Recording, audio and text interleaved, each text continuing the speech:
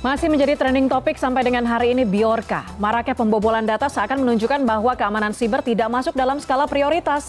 Padahal fenomena Bjorka ini bukanlah kali pertama terjadi dalam ruang digital di Indonesia. Kalau pemerintah seolah lempar tanggung jawab atas apa yang terjadi di ruang maya, lantas bagaimana membudayakan kesadaran akan ancaman cybercrime agar Indonesia tidak menjadi sasaran empuk serangan hacker dunia. Kita bahas hal ini, bergabung bersama kami ada Stanislaus Rianta, pengamat intelijen dan keamanan. Mas Stanislaus, selamat malam. Selamat malam, Mbak. Oke, sesuai dengan tema dialog kita malam ini, marak peretasan Indonesia incaran hacker dunia. Saya harus tanya kepada Anda setuju dengan pernyataan bahwa pengguna internet Indonesia masih menjadi daya tarik bagi para penjahat dunia maya? Ya, karena memang jumlah pengguna internet di Indonesia cukup besar ya, cukup marak, dan kemudian banyak peluang-peluang untuk melakukan peretasan di Indonesia. Dan netizen Indonesia itu termasuk netizen yang sangat heboh dalam menghadapi fenomena di dunia maya ini. Jadi ini menjadi suatu tantangan tersendiri dan suatu daya tarik bagi para hacker sebenarnya. Menjadi heboh ketika menghadapi isu seperti ini, menjadi daya tarik untuk hacker. Kehebohan ini akhirnya menjadi ruang media untuk para hacker ini, bahwa hacker-hacker ini ada begitu, nyata begitu maksudnya? Ya, salah satunya misalnya gini, ada 3 motif sebenarnya. Mungkin bisa motif ekonomi ketika dia menjual data, kemudian motif balas dendam, atau mungkin suatu pesan, mengirimkan pesan balasan atau protes. Yang ketiga adalah motif eksistensi. Dan saya lihat di dalam kasus ini memang campur aduk. Pertama dia menjual data, kemudian dia mengirimkan pesan ke pemerintah karena bentuk protes. Kemudian dia ingin eksis sebenarnya. Jadi ini motifnya memang agak campur-campur, sehingga malah mengaburkan motif utamanya apa sebenarnya. Dan ini harus hati-hati karena bisa saja motif-motif yang disampaikan itu berupa desepsi atau pengelabuan. Ini memang ditangkap publik, kemudian bahkan publik yang malah membela ini menjadi daya tarik bagi para hacker sebenarnya di Indonesia, bisa nyerang pemerintah, pendukungnya ini menjadi daya tarik yang untuk menyerang sebenarnya. Oke, Mas Stanislaus, kalau berkaca dengan negara-negara berkembang lainnya, apa sih sebetulnya yang nggak dilakukan oleh Indonesia, mulai dari mungkin masyarakatnya, behavior masyarakatnya, hingga pemerintahnya, sehingga kok kita kayaknya rentan banget gitu dengan ancaman cybercrime? Ya, ini kan sempat geram kemarin ketika Kominfo mengatakan itu tugas BSN, kemudian BSN mengatakan bahwa batasan anggaran. Ketika terjadi seperti ini, yang penting adalah pemerintah itu yang diharapkan publik, bukan melempar tangan atau mengeluh publik sebenarnya.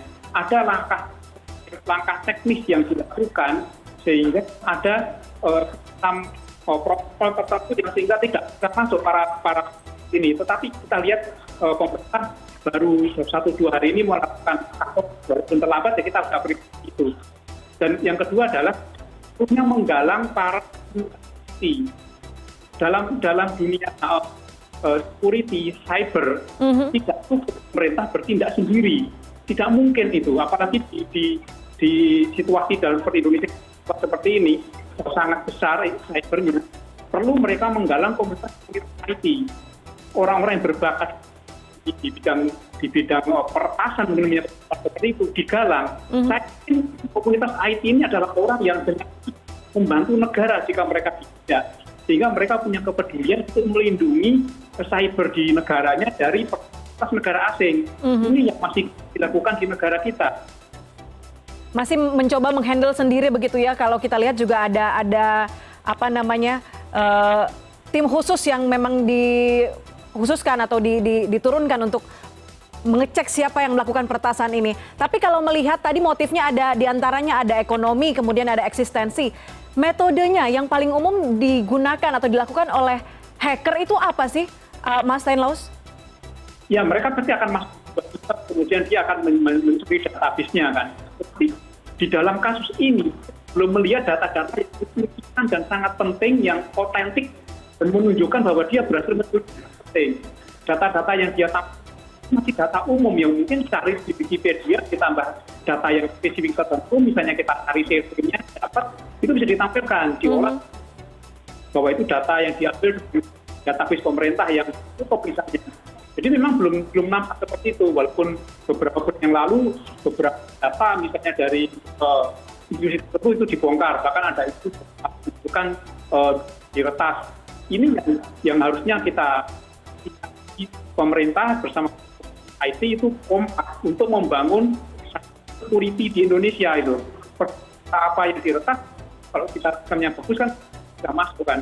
Jadi sebenarnya langkah konkret itu yang ditunggu oleh publik. Makanya ketika kemarin nampak entah pokoknya tidak kurang tepat, makanya banyak publik yang didukung dari pas ini yang sangat disayangkan. Jadinya tidak didukung karena ini ancaman kita, jangan didukung. Ya. Oke, Mas Stanislaus, kalau tadi Anda mengatakan bahwa yang ditunjukkan atau yang diambil datanya begitu adalah data-data umum. Tadi juga disampaikan oleh pihak dari Istana Kepresidenan bahwa data-data umum begitu. Ada daftar isi mungkin yang bisa diambil oleh hacker ini. Apakah kita harus khawatir dengan ancaman siber yang mungkin informasinya hanya didapat dari itu tadi, platform-platform yang biasa kita akses juga? Ya, ini sebenarnya kita ini masih rendah kan. Kita mudah mengumbar bahwa misalnya kita dimintain KTP atau ini kan kita dengan mudah seperti itu. Data cyber index itu cukup lemah, kesadaran kita cukup lemah. Sementara kita ragu kalau benar-benar kita menggunakan KTP, tetapi banyak yang minta fotokopi KTP, minta data kabarnya cukup dengan data itu terjadi dengan lengkap. Seolah-olah hanya mengubah menjadi digital, misalnya dokumen di scan menjadi digital atau menjadi cyber. Itu kan ada data algoritma yang mengubah data lalu menjadi informasi. Data itulah yang dicuri hacker itu. Nah, nampaknya setengah hati dalam kita tidak dan ini termasuk bagaimana pentingnya menjaga data tersebut. Ini kita masih belum bisa. Apalagi banyak data yang diklaim bisa dicuri oleh pihak lain. Ini harusnya menjadi prioritas kita. Sama ada pemilu, ada hal lain membutuhkan data-data tersebut. Ini penting, menjadi PR penting segera melakukan aksi untuk mengamankan data. Oke, secara tidak langsung behavior Indonesia atau warga Indonesia yang tanda kutip permisif begitu mudah memberikan data mereka di media sosial ataupun di ruang maya ini juga jadi kontribusi besar begitu ya. Hacker bisa mendapatkan data atau membobol data pribadi masyarakat Indonesia. Tapi kita tahu berkali-kali mendapatkan ancaman siber ini, berkali-kali juga kebobolan data terjadi. Bagaimana kemudian membudayakan kesadaran akan ancaman cybercrime ini agar Indonesia nggak jadi sasaran empuk gitu serangan penjahat maya? Ya, ini mungkin perlu suatu ketegasan terkait tindakan-tindakan untuk dilakukan. Kita sudah punya Direktorat Cyber di Mabes, kita punya BSS, kita punya Kominfo. Bagaimana lembaga-lembaga itu melakukan tindakan-tindakan ada pelanggaran hukum, tindakan yang mengancam cyber, serius itu. Kita lihat misalnya penipuan yang menggunakan telepon banyak korban, tetapi kita lihat misalnya sangat minim sekali itu. Korban melapor juga tidak ada tindakan, ada TP misalnya sudah rugi baju. Kadang tidak ada tindakan, itu biarkan ini. Apalagi ini sudah serius seperti ini diambil, harusnya kan ada tindakan lebih kuat lagi gitu. Jadi melihat bahwa ini semacam sudah agak kecewa dengan dan semacam ya sudah pasrah gitu loh. Ini harusnya ditangkap oleh pemerintah. Persepsi itu ajalah komunitas untuk bersatu padu, pertasan masyarakat. Oke. Nah, dengan apa yang terjadi saat ini dan kita lihat juga Mas Stanislaus juga merasakan bagaimana pemerintah mencoba mengatasinya. Bagaimana Anda melihat potensi pertumbuhan infrastruktur dan adaptasi teknologi Indonesia di masa depan? Optimistiskah? Ya, makanya perlu langkah-langkah yang perbaikan. Jika pemerintah nanti bisa melibatkan masyarakat, komunitas IT untuk membangun dunia cyber Indonesia, saya yakin akan perbaikan signifikan. Ketika masih seperti ini bergerak-gerak sendiri, saling menyalahkan atau anggaran, ya berulang-ulang lagi kasus seperti ini. Yang paling penting adalah perbaikan, siapa melakukan apa, hukumnya apa, anggarannya dari mana itu berbeda. Kemudian ajaklah masyarakat, karena pemerintah tidak sendiri, harus ada kolaborasi. Ini yang paling penting. Oke, terakhir Mas Stanislaus, mungkin tidak ancaman-ancaman atau kebobolan data yang terjadi saat ini di Indonesia, fenomena Bjorka ini ke depannya bisa menjadi ancaman serius untuk Indonesia? Ya, itu memungkinkan. Cyber terrorism itu memungkinkan. Ketika orang bisa di tempat lain, hanya saja ketika dia bisa instrumen-instrumen atau sistem di bandara, atau mungkin ketika masukin di PLN misalnya atau diserangkan, ini kan menjadi bencana cyber. Hati-hati, ini mungkin terjadi gitu loh.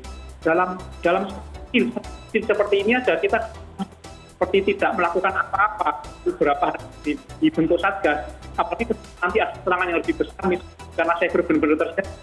Ini sangat mengkhawatirkan.